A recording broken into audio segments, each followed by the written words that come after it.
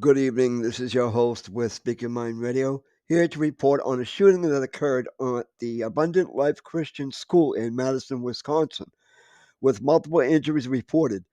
The incident happened at 10:57 a.m. today.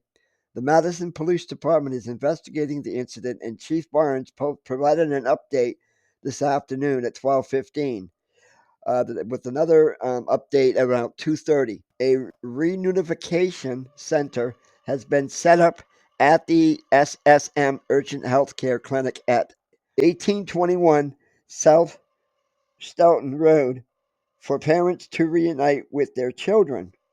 The city of Madison has confirmed that the multiple victims have been transported to area hospitals. A teacher, a teenage student, and the suspect, also a teenage student, were killed in the shooting. Six students were injured, with two in critical condition and four with non life threatening injuries. I'm going to take you into that first press conference this morning, and then we'll take it in for this afternoon. Life Christian School here in Madison. When officers arrived, they found multiple victims suffering from gunshot wounds. We train on this almost quarterly. The last time we trained on this as commanders was approximately 2 weeks ago. The protocols are simple. Stop the killing, stop the dying, find out who's doing this. And the officers did that, and they did that adamantly. We had officers from around the county and around the state that came in support of this particular incident. Officers located a juvenile who they believe was responsible for this deceased in the building. Additionally, the officers began administering life-saving efforts to anyone who was wounded and making sure that those persons were transported. What we know is that a total of about 7 persons were transported from the scene to area hospitals for treatment. We know that at least 3 people have lost their lives, including a juvenile person. I don't have any other information about those persons who have lost their lives, and I'm not going to release that until we have, of course, spoken with family members and ensuring that they are fully aware of this tragic, tragic scene that occurred today. I want to thank all of the law enforcement partners and community members that came out to help. Our friends at the ATF. I've gotten calls from my friends at the FBI, the State Patrol, the Sheriff's Office, Monona Police Department, our fire department. It goes on and on and on. Because this is something that we all prepare for, but we hope we never have to do. As you can see, we have a unification center that was immediately set up where parents and guardians and loved ones and grandparents wanted to get information about their loved ones, and we wanted to make sure that they were unified immediately. So we were doing more than one thing at one time. We're still going through methodically clearing that school, clearing every vehicle, and making certain that there's no other threats to this community, which we believe there are none. We immediately alerted our mayor's office, and I've been on the phone with her and her office constantly. We also alerted Madison schools. We put the schools on lockdown, but there's no threats to MMSD schools at this time. But we wanted to make sure that we did our due diligence in this particular case. Again, we're still going through collecting evidence, collecting information, making sure that our community is safe from what is a sad day for our community and for our country. And we have to do a little bit better. I don't have all the answers that you want right now, but I will tell you this. We have some of the best officers in the entire country. Our detectives are amazing. We're going to go and work hard and go through this scene so that we can piece together what exactly happened. Again, there'll be another briefing in about 2 hours, and if I have additional information, I will certainly let you know what that information is. Again, around 10:57 a.m., officers responded to an active shooter. They responded per our protocol. They found the person who they believe was responsible, who was down, deceased. We know that it's juvenile. We know that there are other persons who have lost their lives. We know that we've transported about 7 people after giving them life-saving measures. It's important to notice, too, that about 3 miles from here is our training center. Today, our special event team medics were in training. And so they got to practice in real time. They left the training center immediately and came down here and doing in real time what they were actually practicing for. And that's why training is so important, and making sure that we can provide the best possible training and the best possible response for our community members. I'm asking everyone to send your heartfelt wishes and prayers and thoughts yet again to a community, but this time it's my community. Dylan? Yeah, can we start over here with questions? Chief, you mentioned you're a father, you're the police chief here in Madison. What emotions are you feeling right now after going through all that? To be honest with you, I'm feeling a little dismayed now. So close to Christmas. Every child, every person in that building is a victim and will be a victim forever. And these types of trauma don't just go away. And we need to figure out and try to piece together what exactly happened. And right now, my heart is heavy for my community. My heart is heavy for Madison, and we have to come together as a community and figure out what happened here and make sure that it doesn't happen in any other place that should be a refuge for students in our community. Right there. What sort of gun-related policies, if any, were in place at the school, and did the school have metal detectors? I'm not aware that the school had metal detectors, nor should schools have metal detectors. It's a school, it's a safe space. So I don't know. Again, it is a private Christian school. It is not under the authority of MMSDs, and that is something that we'll have to look into. Chief, of the 7 victims, how many are students? How many are teachers? I'm not going to give any information about who the victims are, whether they're students, staff, or parents, because we need to make sure that we can notify people. I think that's the most important thing before we go any further. But police they never fired their weapons. That is correct. Correct. Let's follow that one question. I don't know if it's a male or a female, but the police department did not fire their weapons. Thank you. Scott. Were the 3 fatalities you mentioned including the suspected shooter? That's correct. Yes, sir. So 3 total. That's correct. Are the 7 that was transported, are the 3 fatalities within that 7 or addition to that? Yes, within that 7. Yes, thank you. Was the shooter a student at the school? We believe the shooter was a student at the school. Yes. What can you tell us about the status of the other transports? We know that they range from minor injuries to life-threatening. I know that's a huge, spectrum, but that's what we know now. And so we need everyone, again, to send your thoughts and your prayers out to them. One thing I do know is that we have some of the best medical care in the country here in Madison. And so we hope that everyone will recover, but at this time, we don't know. So we did just get an update from our command post. 5 deceased at this time, 5 injured.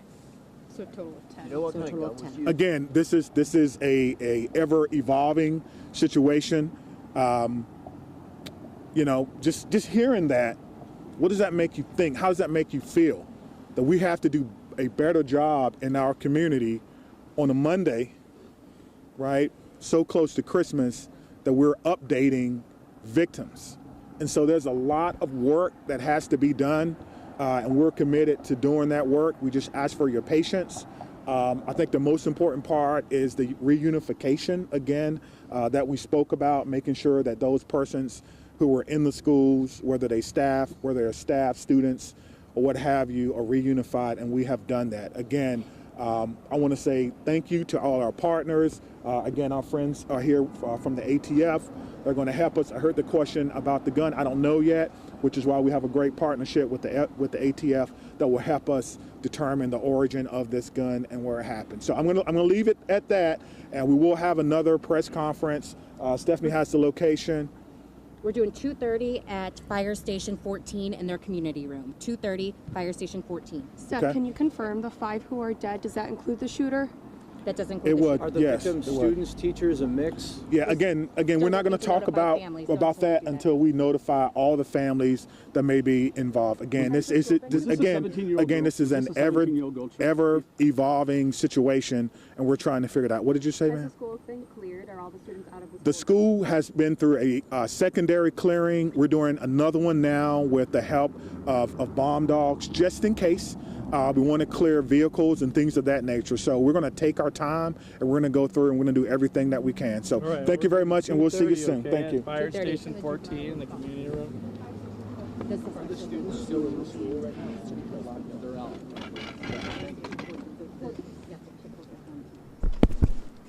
There you hear it, a tragic update from the police chief in Madison, Wisconsin. As of right now, It is confirmed. 5 people dead. An Abundant Life Christian school there in Madison, Wisconsin. This is a Christian school there where an active shooter call came in at 10:57. In addition to the 5 dead, we know that there were several people that were injured and taken to local hospitals. That number seems to be fluid as this is a situation that's currently unfolding. What we do know from the police chief is that the officer said they found a juvenile suspect dead inside of that school building. So as of right now, the suspect is down. They're working on clearing the school and that campus, and at this point, the chief believes there is no further threat to any of the schools there in that immediate area or within the larger Madison, Wisconsin area. What we know about Abundant Life Christian School is that this is a community that serves about 200 families. 390 students total, ranging from kindergarten through senior year of high school. What we don't know is the identity of the 5 dead or those who were hurt. The police chief says they are working to contact families and reunite families in some cases. So until they have more information, they will not be sharing the identity of who those people are. As of right now, we are watching some coverage in this video you see here of crews in Madison, Wisconsin. So that is a reporter there who's working on getting some live interviews. We continue to gather information ourselves. Again, we don't know the extent of the injuries from the shooting. There's no word yet even on a weapon used by what we're told is that single shooter who's a juvenile, again, who was found dead inside of that school. We know shortly after the initial call came in, just before 11 a.m. of that active shooter, about 20 minutes later, an alert was sent to phones in the area. No doubt some community members who have children at the school and parents as well, asking them to stay away as Madison police approached the building. That is where they came upon not only the victims, the people who were hurt that were rushed to local hospitals, and also to the shooter who was found dead inside of that building.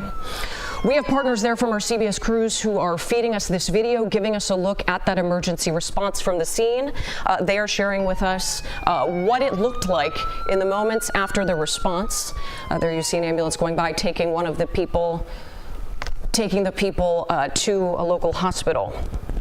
What is difficult, as you heard the at times emotional police chief of Madison, Wisconsin talk about, was that this is a school shooting and it's something that should never happen. It causes immeasurable grief to so many families. Having this be what is likely the last full week of school there at Abundant Life Christian School before the Christmas holiday no doubt makes it even more difficult. We now want to listen into one of our reporters from CBS who's covering this school shooting on the scene. Probably some really bad stuff, and then I waited for another probably 10 minutes and more cop cars came. I would say in total like 70 or 80 cop cars came by before I left. I had to make an errand, and then now I came back and I went to the bank and they were talking about it, and I gave them a little information about where I was and what happened. And then I came back and I couldn't even go home yet, so I'm kind of still worried about the situation. Yeah. And then Abundant Life Christian School is really close to where you live. Yep. How does it feel to have a school shooting so close to home to you? Yeah, it's a little shocking. You always see it on TV that it happens somewhere else, and you feel bad, but you don't realize the situation when it's here in your back. It's basically a block away from me, so it's my backyard, and it's very scary. Yeah. Guy, thank you for talking to me. I really appreciate it. I'm really sorry that you're dealing with this so close to your home. Yeah, thank you. Yeah, I wish you the best. I hope everything ends up okay. Me too. Okay. Eric, we're going to stay here and talk to some more neighbors and hopefully talk to some parents as well. This is a very sad day, and it's not easy to be out here. We've been listening into a local reporter there in Madison, Wisconsin, from our CBS affiliates covering the school shooting. Abundant Life Christian School in Madison, Wisconsin, a place where some 390 students showed up to school today. We understand that 5 people from this community have lost their lives. We do not yet know if they are students, teachers, staff, parents, anyone else who may have been in that building. Waiting on that update from Madison Police. We do expect to hear from them in another 2 hours with more information. At this point, this scene is as secured as it possibly could be in this early time after this school shooting, because we know a juvenile suspect, according to the chief of police, is dead inside of that school building. They're saying there is no longer a threat, not only to this school community, but the public. He also mentioned a reunification center for many of the students and no doubt their worried, sick families, I believe at a local fire station not too far from that campus. We don't know many details at this point as to how the shooter entered that school. If they were a current student, we only know they were a juvenile. We do not know what kind of weapon was used. We aren't 100% sure about the security perimeter that Abundant Life Christian School may have had set up. We'll continue to follow this to fill in more of those details as this story unfolds. For now, we will get an update from CBS News. Just give you a minute to start your live streams or do whatever you need to do. And while you're doing that, my name is Chief Sean Barnes, SHONBARNES. I'm currently the Chief of Police for the Madison Police Department. I'll be providing a brief update of the school shooting that we had today in Madison. There is some information that we're not going to release because it's still an ever-evolving situation. You'll hear from some of our representatives from our city and from our county, and behind me are a lot of people who came together today to make sure that the day ended well and that everyone else was safe. So with that being said, I'll go ahead and start my remarks. Today truly is a sad day for Madison and for our country. It is a day that I believe will live in our collective minds for a very, very long time. Here are the details. Today at 10:57 a.m., our team was called to the Abundant Life Christian School in reference to an active shooter.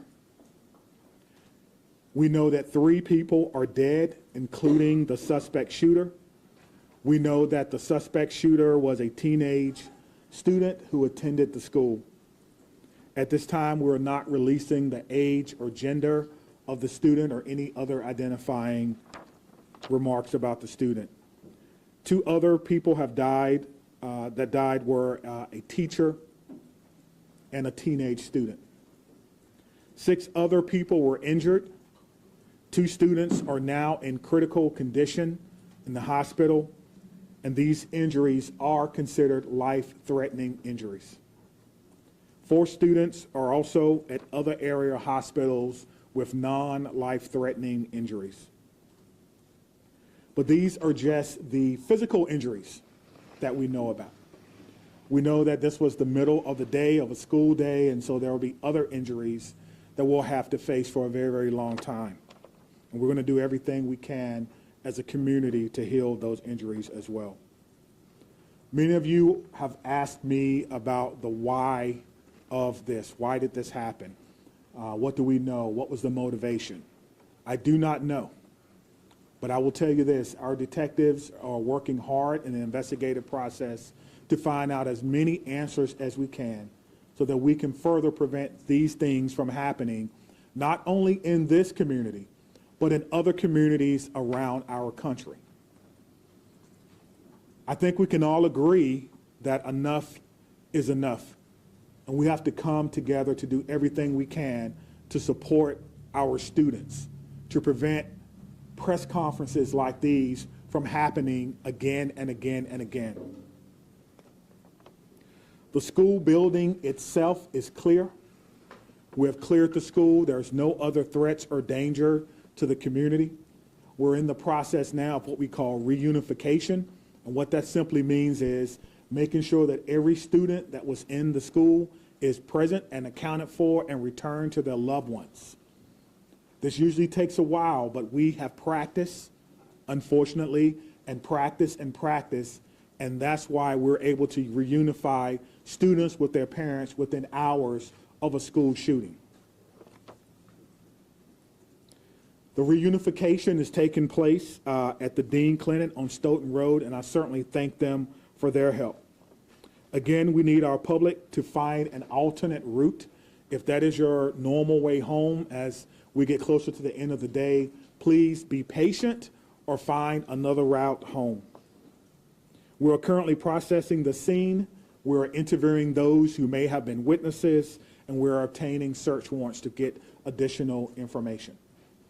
And lastly, I want to just say thank you to everyone who's standing behind me, the organizations and agencies that they represent, the men and women of the Madison Police Department and Dane County Sheriff's Office who selflessly ran into a building not knowing what they were going to encounter.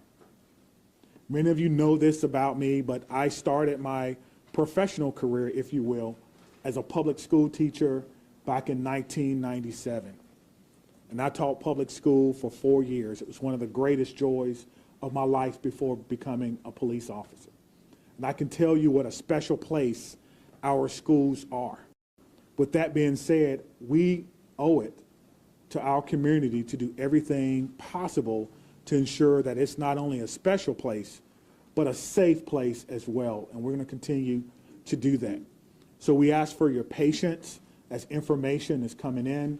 We will do the best that we can to bring you accurate and timely information, but we want to make sure that our public knows that we're working extremely hard on this particular incident. There are a lot of people involved, and certainly we're going to come together as a community. I'd like to bring up at this time Police Fire Chief Chris Carver. Thank you, Chief Barnes. Before I start, the only thing I can say is this is not a place that any fire chief or any one of us would ever want to be, and I can't believe I'm standing here today talking about this incident. The fire department is a part of this community, much like all of the folks standing up here with me today. Our hearts are with and our arms are around everybody impacted today and everybody within our community. With that, I won't repeat the details shared by Chief Barnes, but I will share with you the fire department activity for today. Much like Chief Barnes mentioned, at 10:57, we were also dispatched with Engine 5 and Medic 5 to the same location. Throughout the course of the incident, we responded with 5 engine companies, 4 ladder companies, 15 ambulances. I would like to take a moment and share our gratitude for our county partners throughout a multitude of EMS and fire agencies that joined us in the response today. We also had 11 off-duty chief officers that came in on this response. So it was a tremendous response from the fire department. We transported 4 patients to St. Mary's. We transported 3 patients to the University of Wisconsin hospitals. On the arrival of our crews, I can say my gratitude to our membership for what they did and their selfless actions today. It's hard for me to place into words what they ran into as well. They did that immediately, they did that selflessly, and within a course of 15 minutes from the first transport to the last transport, all the patients were on their way to the hospital. So to our membership within the Madison Fire Department and within all the emergency services, my gratitude, my recognition of the work that goes into this, the training that went into this, that again, we had hoped we would never have to put into practice. One more time on behalf of the Madison Fire Department, our hearts are with you, our arms are around you, and we will be with you throughout the duration of this. So at this point, I'll step aside, turn it over to the mayor. Thank you, Chiefs, both of you. This is an incredibly sad day for our community. As you've heard, there is no danger to the community at this time, but our entire community has been impacted by this tragic incident. On behalf of the Common Council and the City of Madison staff, I want to offer our heartfelt condolences to the victims and families and to the whole Abundant Life community. Our focus now is on supporting them and supporting the victims and their families. And we will continue to do that through the coming days and weeks. I also want to thank our first responders, the police, fire, the medical staff, for their quick action and their life-saving efforts. As you've heard already, this is a whole of government response. It is not just police and fire. It is not just City of Madison. We have folks from all around the county. We have folks from multiple agencies engaged in both the initial immediate response and the ongoing support, and will be engaged for days and weeks to come. I also want to thank the White House and the governor and others in the federal government and state government for reaching out to offer their support and help. We will be drawing on resources as needed going forward. But the most important thing right now is to make sure that we are centering the victims and their families, and that we are doing whatever we can to support them and to help them heal, and to lift our entire community up through this difficult incident. I am on record that I think we need to do better in our country and our community to prevent gun violence. And I hoped that this day would never come in Madison. It is not something that any mayor, any fire chief, any police chief, any person in public office ever wants to have to deal with. And so I will ask our entire community and our entire country to do whatever we can to make sure that no public official ever has to stand in this position again. And now I'll invite the county executive to the podium. Good afternoon, everyone. Today, our community is reeling from the heartbreaking and senseless tragedies at Abundant Life Christian School in Madison. As a mom who received a text from her son at a high school here in the city of Madison wondering if he was safe, I can tell you, this hits you in the gut. Our community is better than this. Our country is better than this. It cannot continue. My heart goes out to the victims and their families and the students and the educators, and the list goes on and on. Every one of us is affected by this unimaginable and unacceptable violence that has hit our community today. School community. The Sheriff's Department, the Department of Emergency Management, Department of Human Services have all been on the front lines. My phone has been ringing from people across our state and our nation asking what it is that they can do to help our community. And right now, it is our time to be committed to supporting this school, these students, and these families, and our first responders who went into that building during this devastating time.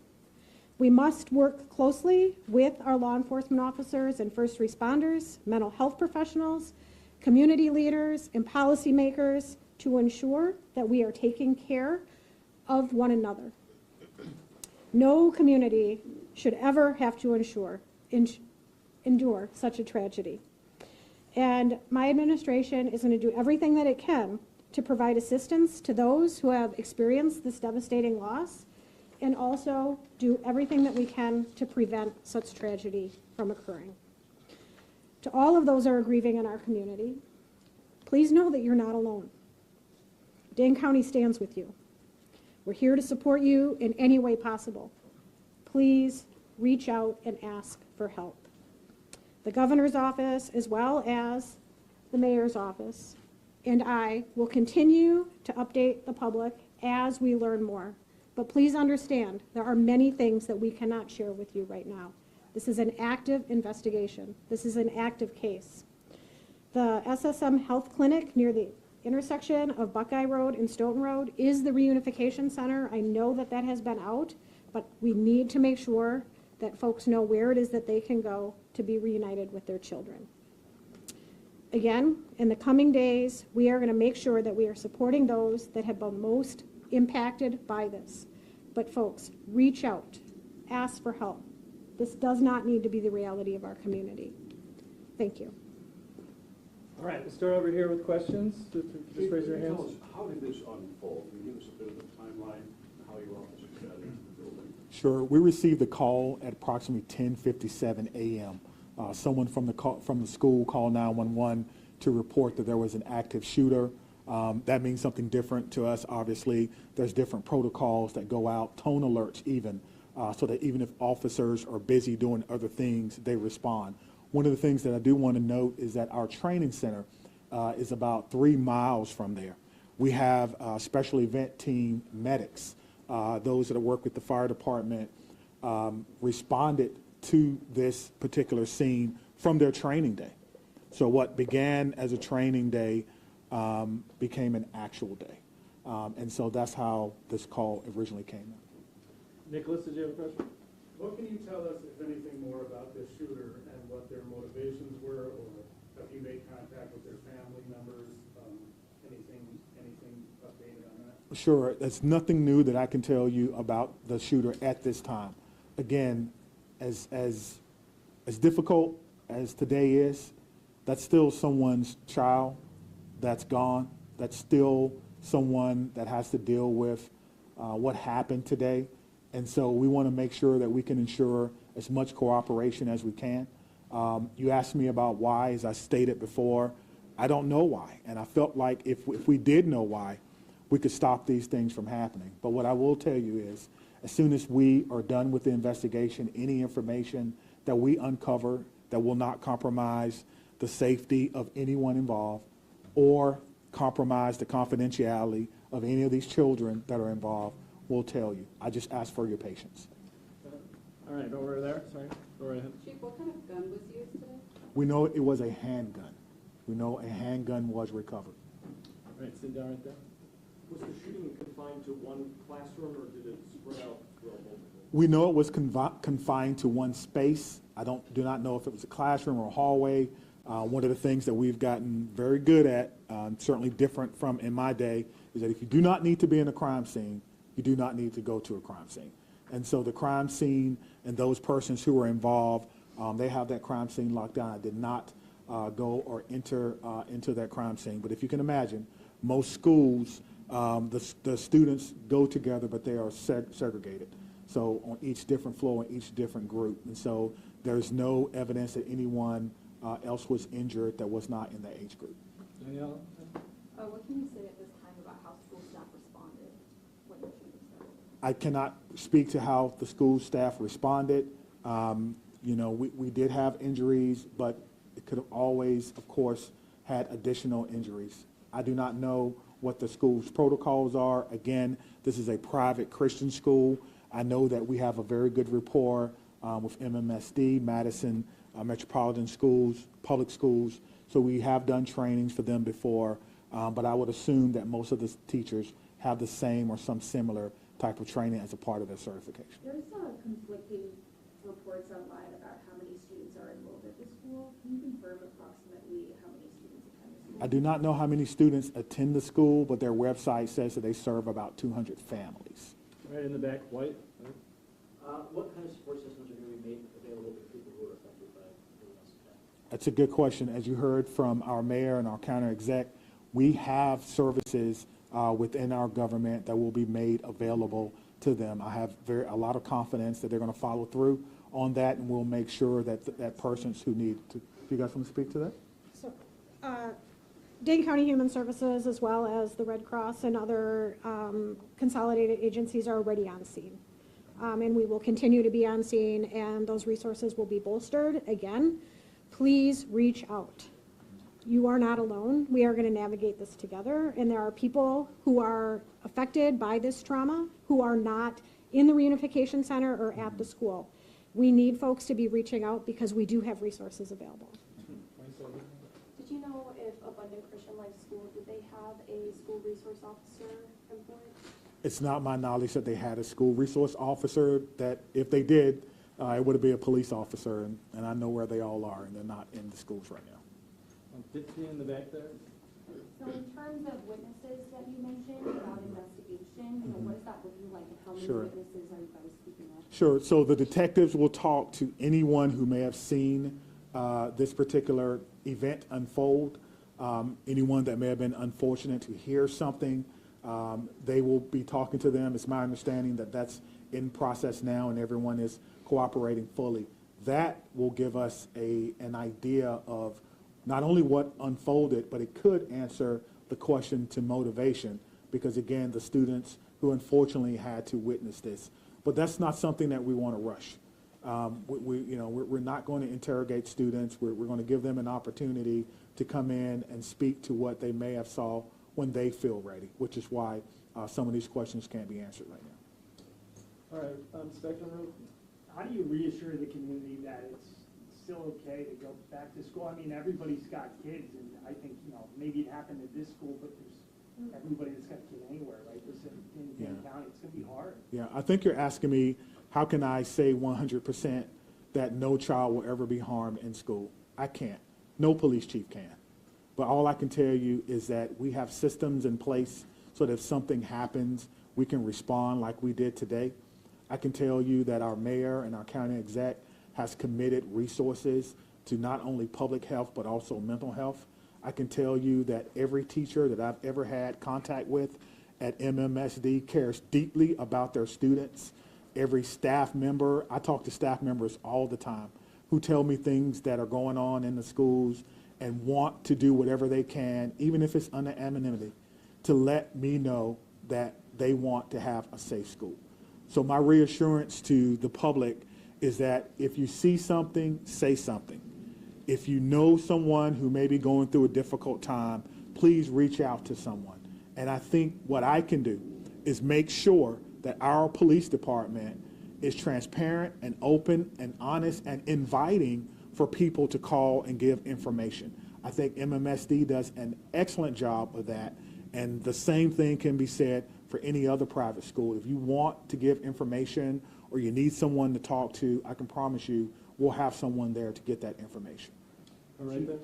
Understanding that this is a private school you may not be as familiar with, what can you tell us about some of the physical measures that are in place at this school, whether it's metal detectors, secure entryway, cameras, et cetera?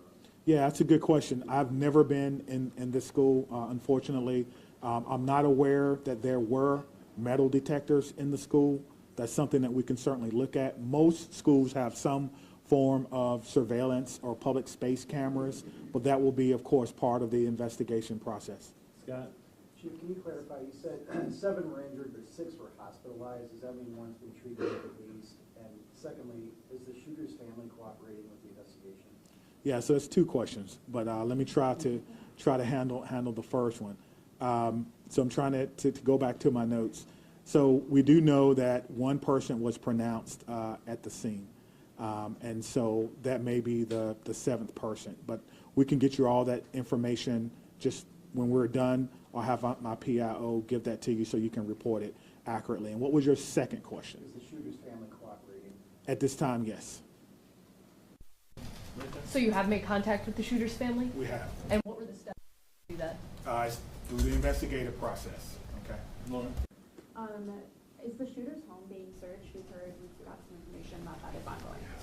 Yes, obviously, once we have identified, we have initiated a search, but we think that search is either ongoing now or that search may be concluded. Of course, it's about safety. That's the first thing, making sure that people are safe, and then we'll go from there. This has been, this has been an amazing day for everyone. And so if you have someone who is deceased, who may have been a shooter, you want to make sure that their family is okay. You don't know. And so that is what we're doing right now. It is about the safety of everyone. This is going to be a long day for the Madison Police Department. We just want some of your patience. Are you aware, had the school had any prior threats? And then just, jumping off of that, do you know if the shooter had any prior contact with law enforcement? We do not know that the shooter had any prior contact with law enforcement, but I did do a check of the school. There were some calls, but they were like 911 hang-ups, things of that nature. There was nothing that suggested that the school was a place that violence would occur.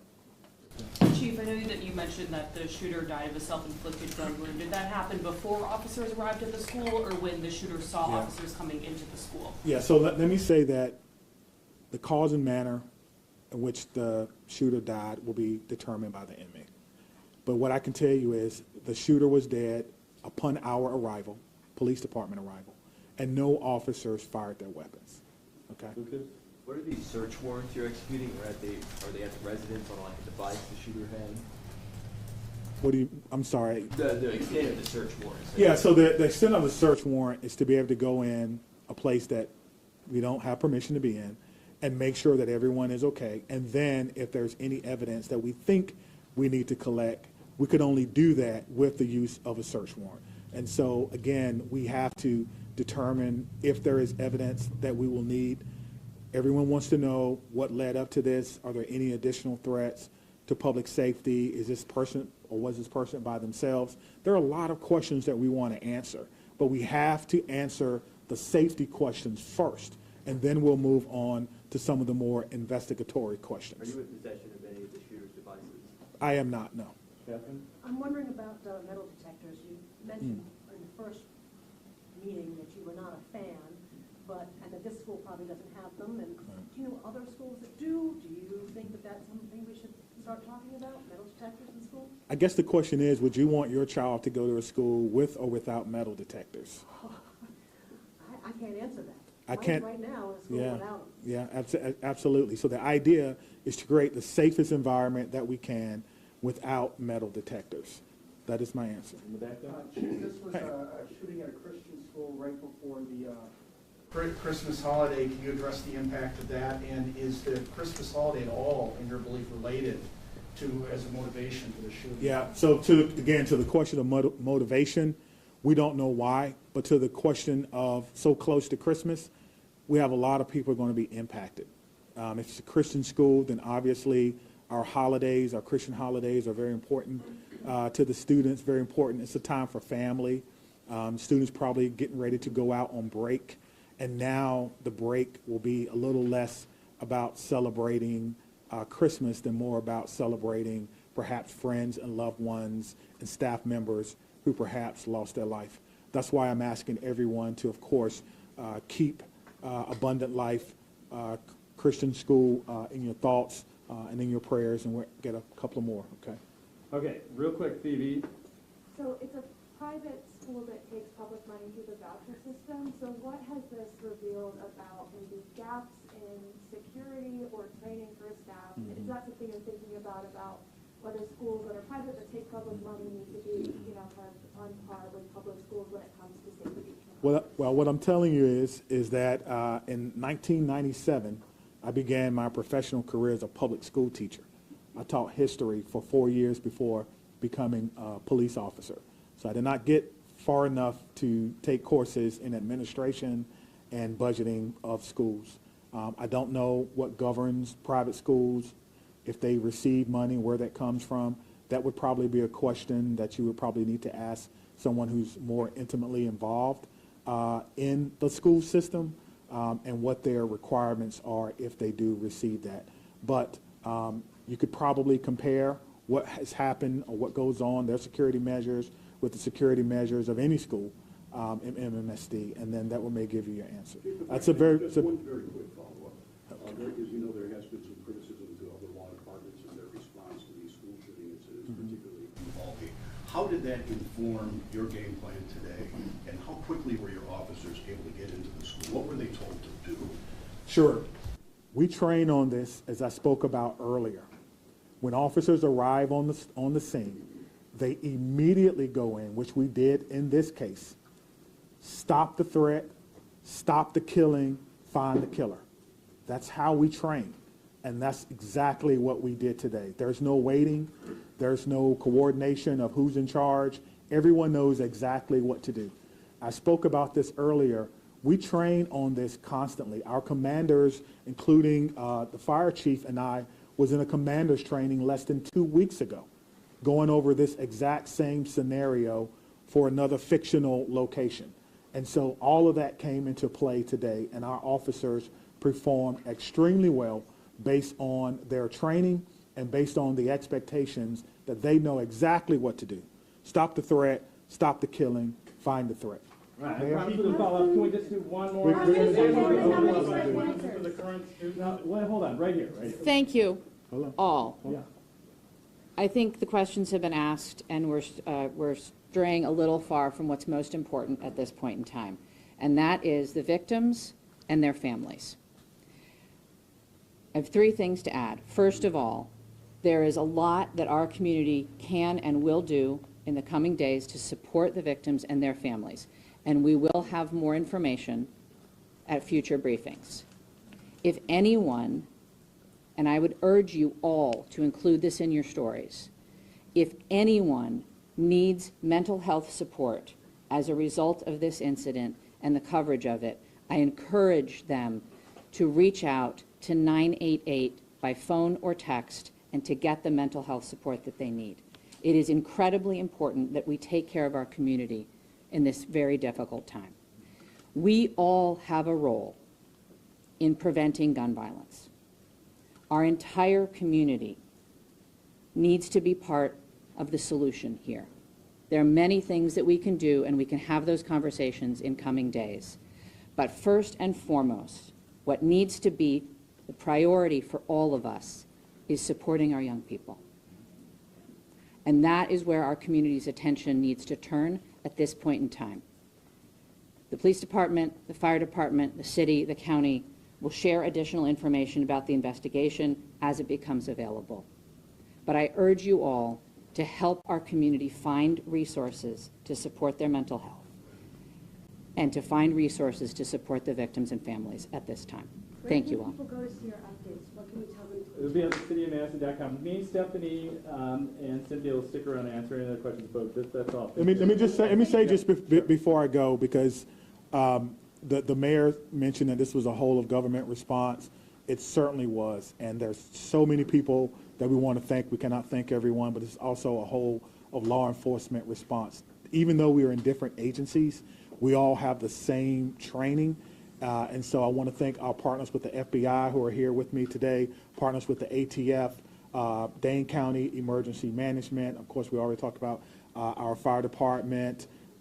We've got calls from the Attorney General of the United States, Wisconsin State Patrol, our governor's office, State Patrol, Monona, as well as our sheriff's office. I know I may have left someone out, but thank you for how you responded.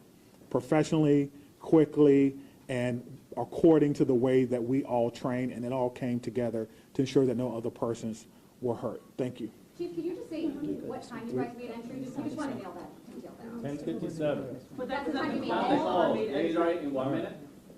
We'll work on getting that. So our next. How long does it take to they arrive to the city?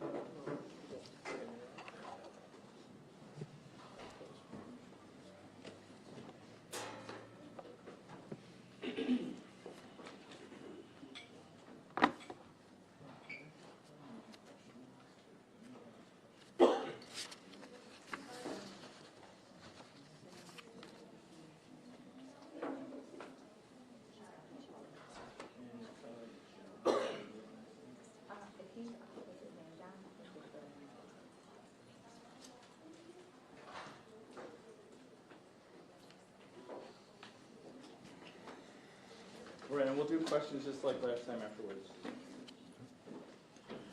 Again, good evening, everyone.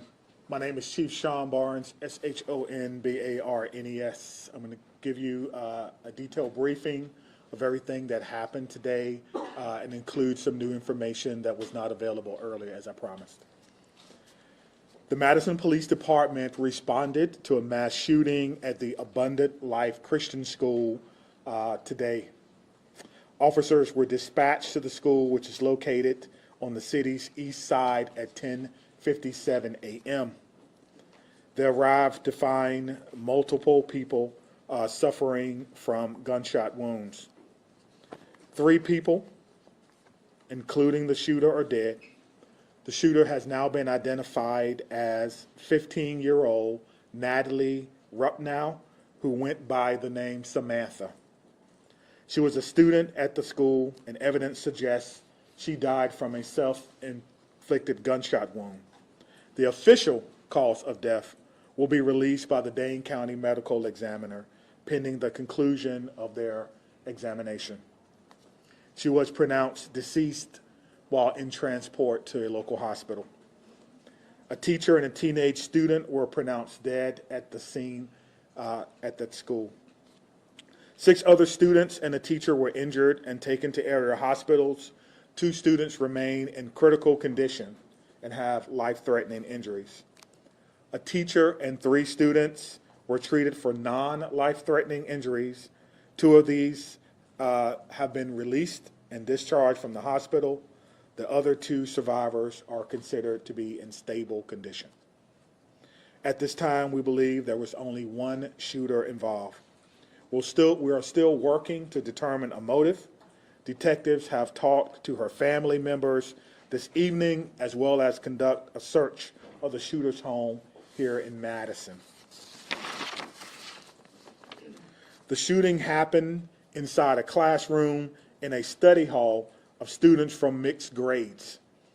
A document about this shooting is circulating this time on social media, but we have not verified its authenticity. The Abundant Life Christian School is being monitored by police overnight.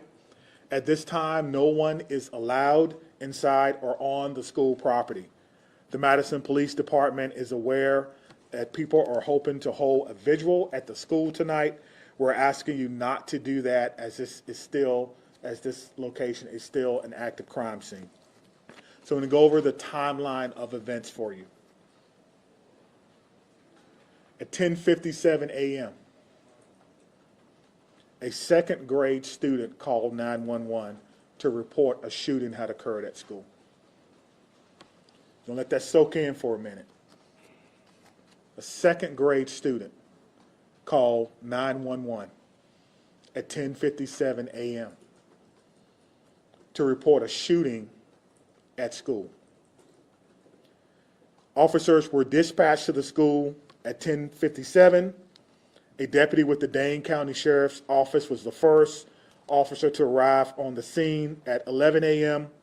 24 seconds later, the first Madison police officer arrived on the scene at 11:01 and immediately entered the school.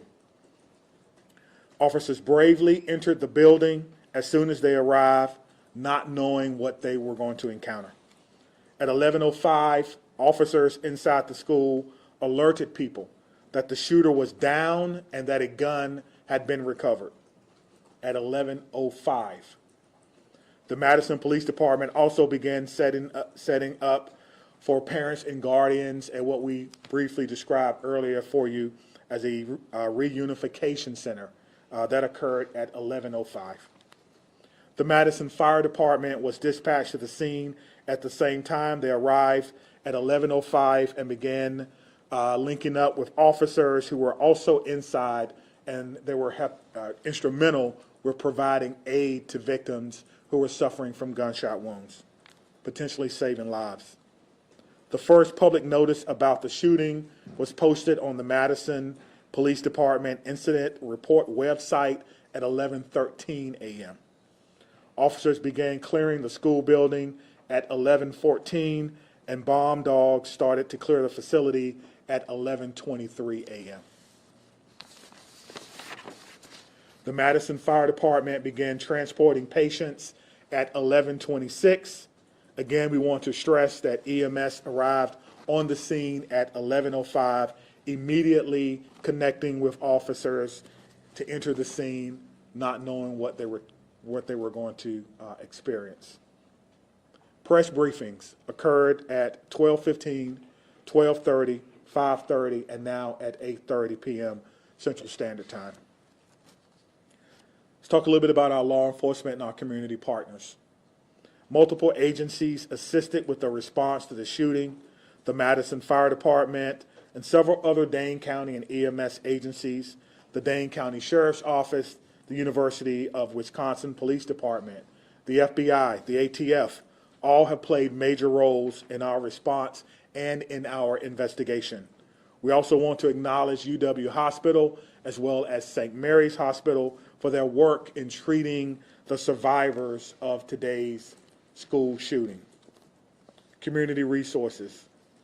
There are resources available to anyone needing help or needing someone to talk to. The Crime Response Unit with the Dane County District Attorney's Office have been mobilized. This is a group of people who are trained to help victims of mass violent incidents. This group is made up of social workers, attorneys, victims, professionals, former law enforcement, and other stakeholders in our community. If you need assistance, you can contact the Crime Response Program between 8 and 5 during the daytime. I'll give that number again, 608-284-6908, and you can reach them after hours at 608-376-0164, 608-376-0164 after hours. The Wisconsin Department of Justice's Office of School Safety and Office of Crime Victim Services are also providing resources during this critical time. Their Critical Incident Response Team program is designed to minimize the psychological impact of a school critical incident and helps to provide long-term mental care long after this is over. And I don't know how we can minimize what has happened today, but we're going to do the best we can to provide services for all of these children and staff. We cannot forget the staff who bravely took care of their students during this harrowing time. We also want to thank employees of the Dane Healthcare, which we spoke about before. Again, the clinic shut down for the day, and employees assisted with our unification process. We've also seen an outpouring of support from various community groups and businesses: Twisted Ground Coffee, Greenbush Bakery, Ian's Pizza, Culver's, Mission Barbecue, Starbucks, Salvation Army, and all who donated food for the Unification Center so our children could get fed and be taken care of while they waited to be unified with their loved ones. So a lot has gone on today. I can tell you that it's not over. I can tell you that our officers and our detectives and our investigators will have to be told to go home. No one is thinking about going home right now. They're going to still work as long as they can to find as much information as they can. Obviously, we want to have some daylight tomorrow, so the crime scene is locked down at this particular time, but the officers and detectives and investigators continue to work.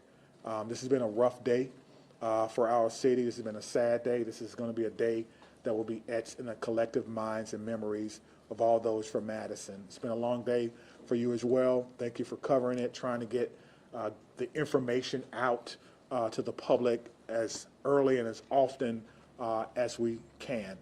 And with that, we'll take any questions. All right, Laura, do you want to go first? Sure. So there is a Google Doc that is locked that has been circulating on social media. People are saying that is the manifesto of the shooter. Are you able to talk about that at all? Yeah, we haven't been able to verify that it's authentic. We're certainly aware that it's been posted, and the person who posted it alleged to have a connection with the victim. We have not located him yet, so I cannot say whether or not that's something that she was a part of. As soon as we can, we'll let you know. The good news is we have shared that with our partners, with the FBI, and so we're certainly looking into some of the things that were written in that particular document. Right, Madison? Right over here, could you just recap those numbers one last time for us on the injuries and the deaths? Sure. Because there was some discrepancy there. Okay. Ready? Yes. All right, 3 people, including the shooter, are dead. Identified the shooter for you. A teacher and a teenage student were pronounced dead at the scene. 6 other students and a teacher were injured and taken to area hospitals. 2 students remain in critical condition and have life-threatening injuries.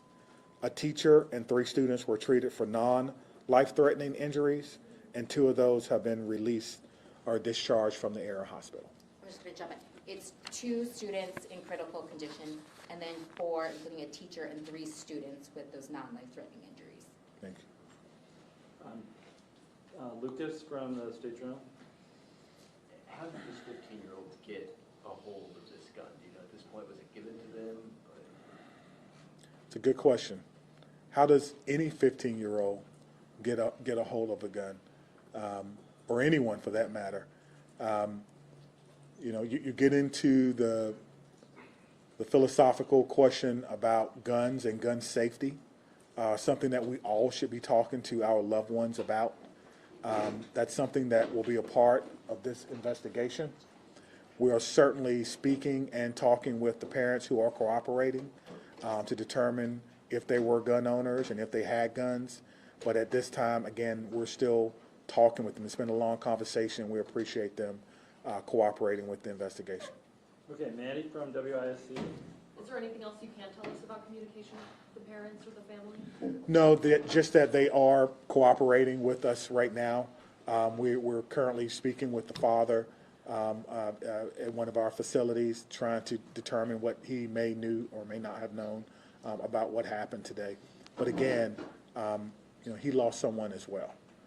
And so we're not going to rush the information. We'll take our time and make sure that we do our due diligence in doing that. Just the father you're speaking with? That's correct. Could you spell the name, Chief, of the shooting company? Sure, absolutely. Thank you. Ready? Natalie, Natalie, Rupnow, Rupnow, but went by Samantha, common spelling. Scott from AP. Went by Samantha, common spelling. Chief, you said the shooting was in a study hall. Was it all self-contained within that room, including the shooter? Was the shooter in that study hall? Again, I have not been to the crime scene. I was told that it occurred in study hall or during study hall. So there's different students, obviously you can imagine, from different grades that were in there. I have not seen the physical inside of it to be able to answer that question. All right, Tabitha from Chief, it's unfortunately notable that a second grader was the one who made that 911 call. Are you able to share with us, you know, that conversation with that second grader and what parents can do as far as talking to their kids about this? Great. So I'll start with the first thing. What I can share with you is that our 911 dispatch communicators are trained to talk to children. We've talked children through parents choking. We've taught children through CPR and a variety of other things, even giving birth, believe it or not. So they are trained to do that. But to me, it makes my heart skip a beat to think about that. Now, we teach our kids, if something's wrong, call what? 911. And so the child was able to do that. Give me your second question again, please. Yeah, you know, when it comes to terms with parents talking to their children about this, specifically about what happened today, but then also, you know, calling 911. Yep. So the message for parents, for me, is simple. It's the same thing that I would tell my children. Listen to the instruction of the adults in the room. Run, find somewhere to hide, find some cover, find something that may shield or guard you. But the most important thing is listen to the adults in the room, because they've gone through the training to perhaps keep everyone as safe as they possibly can. Evie from Wisconsin Law. Chief, there's been a lot of misinformation online, including from prominent Moms for Liberty activists in Wisconsin, claiming that the shooter was transgender, which is a reaction that we see across the country in wake of mass shootings, to claim that trans people are dangerous. Can you respond to that directly in regards to this? Yeah, I don't know whether Natalie was transgender or not. And quite frankly, I don't think that's even important.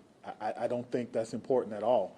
I don't think that whatever happened today has anything to do with how she or he or they may have wanted to identify. And I wish people would kind of leave their own personal biases out of this. We have people who showed up to work today to help kids be better who are not going home. And we have lost members of our community who are children, including the shooter. So whether or not she was, he was, they were transgender is something that may come out later, but for what we're doing right now, today, literally 8 hours after a mass shooting in a school in Madison, it is of no consequence at this time. And so I would encourage people to be responsible with your social media. I won't go into some of the things that I've seen on social media that quite frankly are incorrect, that are not true, that are just not helping at all. And I choose not to breathe life into that because it's negative and we don't need it right now. We need to come together as a community and heal and try to wrap our arms around those who survived yet another school shooting in Madison. And that's where my focus will be for the very near future. Adam from CBS 58. Right here in the middle. Question for Trish. A few weeks ago, we spoke after the Kenosha incident in which the student actually, it was not a real gun. But we talked about copycats. What is the DOJ doing in the next couple of weeks? Even Chief Barnes or even Special Agent in Charge Hensel about the next few weeks, copycats or possible threats? Thanks for that question. Trish Kilpin, Wisconsin DOJ Office of School Safety Director. It is true that in light of school shootings, we also see an uptick, a contagion effect of other school threats. Today in Suso is our Speak Up, Speak Out Wisconsin tip line where people can report concerns. We have seen an increase in planned school attack tips. Since its inception in 2020, we've received over 350 tips about planned school attacks that can be averted. Often after an incident such as that happened today here in Madison, that people start to think about, I should have reported this, I have knowledge that someone could be planning a school attack, and they need to have a place to report that. So we encourage the community at large, students and families, to report to SUSO or their local law enforcement or local school officials if they have concerns that somebody is planning a school attack. Targeted violence is preventable. When somebody decides to use violence, it's often to redress an upset or a grievance, and they progress down a pathway towards that violence. And when they do that, they often study previous school shooting incidents. So I implore you all to be responsible in terms of how we report this. We do not want to give a blueprint of a manifesto to future people who are thinking of solving their upset with violence. And so Speak Up, Speak Out Wisconsin has received an uptick in tips today. I have communicated with schools across the state as well as with DPI about how to manage and handle those tips, whether it's an anonymous threat or a threat specific to a student. At my office, we teach across Wisconsin behavioral threat assessment and management. This is the process rooted in the scientific body of knowledge of threat assessment of how to determine if a child poses a threat or has made a threat. We have trained thousands of people across Wisconsin, and we continue to do so. So we encourage schools to contact us for information on those trainings and on those tools that we have available to all schools, public and private and tribal, to prevent school violence here in Wisconsin, which is our mission. All right, Sarah from WPR. What are the gun policies at the school? Are guns allowed on the school property? For example, are staff at the school allowed to have firearms? No, we don't have any guns on the school grounds. We don't have it posted as a gun-free zone, but school, we don't allow the students even in the elementary, if they're playing out on the playground and they want to make finger guns, we don't allow that. So we talk about guns in the way that we feel is responsible, that they are to be used by those in authority and those who have a need for them, but that we at school have no need for guns. And so no staff as well, or not? No. All right, Danielle. I think you guys stay up there maybe, but do you have a question? Yeah, I do. So I guess this one is for Chief Barnes. Okay. So was the second grader in the classroom where the study hall was occurring when she made the call, or was she in a different classroom? I think there was in a different classroom, but obviously the sound of a firearm is usually unmistakable. And then again, we heard how the teachers reacted, lockdown. The students know what that means, some level of preparation, and then of course a call from the student, 911, of an active shooter. Just want to speak to something that was said in the back about copycats. I can't remember who asked that question. So anyone who makes a call or threat to a school, we will investigate that. and if you're found to be the person to make that call, you will be arrested. You will be arrested. All right, Ken from WKDT. Yeah, Barbara, I know this is still incredibly early, but is there a thought process on what the school would like to do in terms of security moving forward? Rethinking what's currently in place? I know we talked about the facial scans, but does the school feel like it needs to change anything about its security apparatus? So we're not the experts in security. We work with the experts in security, and so obviously as we go through this process and review it, we'll talk with those who have better knowledge than we do. We have done everything that we could within our ability to secure the school and to provide a safe environment, learning environment, as well as working environment for our staff and our students. But as we review things, that would be something that we continue to do with our Madison Police Liaison and then the Office of School Safety. So I can't speak to that now just because it's so close, but obviously that is something that we will continue to look at. We want our students to feel safe and our faculty to feel safe and guests to feel safe when they're at Abundant Life. Jenna? Let me just speak to that again. We stated this earlier, there'll be an after-action report where our police department, fire department, all those who are involved will sit down and we'll go through this event. And so the after-action report is not to find fault. It's not to find liability. It's to find areas for improvement for everyone. If there is a recommendation to be made, we will make that recommendation. But this does not a recommendation to be made. We won't do that. But we will look to see what we can do as a form of continuous improvement. I think that's very important. Can you talk about the gun that was used? I can't. I haven't seen it. It's obviously, it may still be on property because you have to be very careful about how we take things from the scene and how we document those. But I know it's a handgun, but I cannot tell you any other characteristics of it at this time. All right, Jenna? Chief, was Natalie on your radar at all, on MPD's radar, and have you ever had any sort of interaction with her previous to today? I don't know if we've ever had any interaction with her to today. That's something that our intelligence analysts will be looking at and going through. Again, we've recently made the positive ID, and so that will be part of the investigation. To my knowledge, I'm not aware that we have had any issues with her. I think if there were, we certainly would have had some type of intervention, but I'm not aware of that. But again, that's part of the investigation.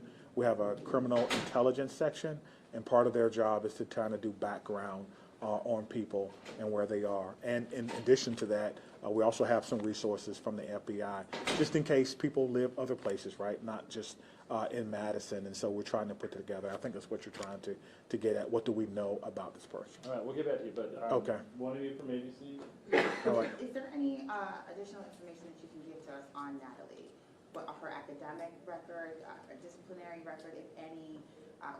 Was she integrated into school? Did she have friends? Is there any color you can share with us on, if there were signs of bullying or anything like that? Yeah, so obviously that may be a question from the school, but I don't think they can answer that right now. She is a child, and so you're asking about, some personal and private things about them that I don't think they would be at liberty to share at this time. But certainly if she has friends, people will say what they think about her, but just be careful with that information and sharing that. Again, she's still a child, and so some of those information we will not be able to share with you. Okay, Whitney from CNN. We've covered, several cases recently where parents are eventually charged. Are you questioning the parents with the, in mind there might be potential charges for the parents? No, the parents are fully cooperating. We have no reason to believe that they have committed a crime at this time. Mills? As far as the suspect goes, do you know if she planned the attack? And then also, too, do you know if she lived with both her parents or one? Yeah, again, that goes to motivation, which we are not fully aware of at this particular time, and whether or not who she lives with. That kind of speaks to some of her personal attributes, which I'm not going to discuss at this time. Do you believe she planned this? I do not know. I do not know. All right, Ashley from WI. Right here. Hi. Can you tell us at all what may have been recovered in the search of the shooter's home, and also what grade was she in?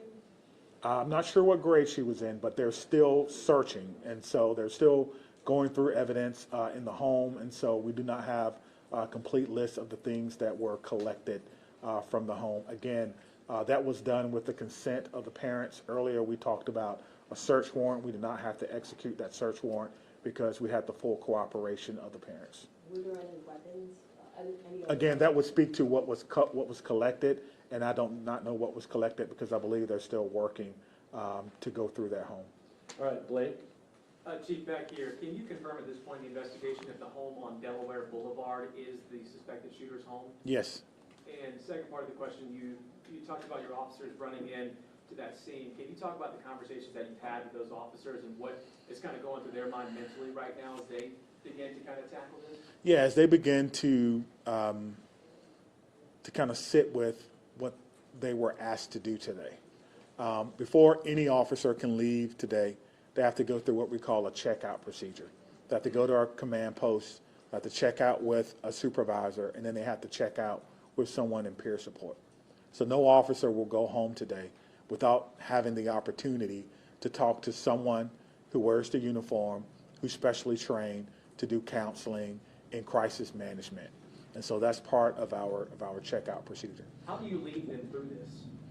You know, we do that through compassion, through leadership, through training, through togetherness, through the support of the community, through understanding that this is a job that is very noble, that is meaningful work, and that my job, our job as leaders, is to make sure that our work is safe and meaningful. It's safe because we have training and tactics that we employ. We did that today. They know exactly what happens during an active shooter. Stop the killing, stop the dying, stop the threat, then treat other people. They all know that, and they all did that today very, very well in cooperation with other law enforcement officers from around the county. And so that was our message that we've been talking about for a very, very long time. We were able to do that today very, very successfully, well, as successfully as we could. And so today, again, tonight, officers will have to sit with that. We have peer support, EAP, a variety of things available for those officers who had to endure that today. So thank you for asking that. All right, Laura, Okay. real quick, and then we gotta get out of here. All right. So this shooting occurred a couple of hours into the school day. I'm wondering if there were, if anything was reported about, this young woman who did the shooting, if any teachers said anything or any other students. I would not have information about whether or not she had a record with the school, and quite frankly, that would not be something that we would be able to release. Chief, any timeline on when you're going to release the age and names of the other two victims involved in this? Yeah, I think we want to make sure that all family members have been notified. We want to make sure that all family members are okay with it. Obviously, people will start to speculate. We had a question earlier about social media and how powerful that can be, and information that people will put out. But we have a briefing set for tomorrow in our command post at 1 p.m. And so that will be one of the topics of consideration, being able to put out the names of those persons, children, staff member who lost their life today trying to protect each other and yet another school shooting. So we'll be back here tomorrow at 1 p.m. and we should wrap it up. Okay, that's all I have. Thank you so much. Thank you. This is truly heartbreaking news. My thoughts are with the families affected by this tragedy. It's a stark reminder of the urgent need for change in how we address school safety and mental health. So let's come together as a community to support each other during this difficult time. I'm praying for the students, families, and staff affected by this tragic shooting at Abundant Life Christian School in Madison, Wisconsin. May love, support, and healing surround the community during this difficult time. And I hope you do pray for them also. Stay informed on this and join the conversation. Hit that subscribe button to get the latest updates and insights on this important topic. Let's work together to foster a safe community. So to the next video, which will be tomorrow, they're having their press conference at 2 p.m. Eastern Time, 1 p.m. Central. So till then, have a great night, God bless, and we'll see you tomorrow. In a world where silence tries to take a stand, we raise our voices, united hand in hand, for the stories hidden, for the truth that's lost. We'll be the beacon, no matter the cost. Families yearning for a light in the dark. Together we'll create a powerful spark. Abducted souls, we won't forget your name. Through Speak Your Mind, we ignite the flame. Speak your mind, let the world hear your plea. Together we can make waves, set the truth free. From breaking news to the tales that we find, join the movement, leave no one behind. Hold on to hope, let's amplify the call. With every voice lifted, we will stand tall. Human trafficking shadows, we bring to the light. For the missing persons, we'll keep up the fight. Families torn apart, searching day and night. With every story shared, we'll restore what's right. Education is power, knowledge is key. Together we'll write a new destiny. For those who suffer, for justice we strive. Through Speak Your Mind, we'll bring them alive. Speak your mind, let the world hear your plea. Together we can make waves, set the truth free. From breaking news to the tales that we find, join the movement, leave no one behind. Hold on to hope, let's amplify the call. With every voice lifted, we will stand tall. Subscribe and engage, be part of the change. In a sea of silence, let's break through the chains. Each story matters, every life has worth. Together we'll show, this is our earth. Speak your mind, let the world hear your plea. Together we can make waves, set the truth free. From breaking news to the tales that we find, join the movement, leave no one behind. Hold on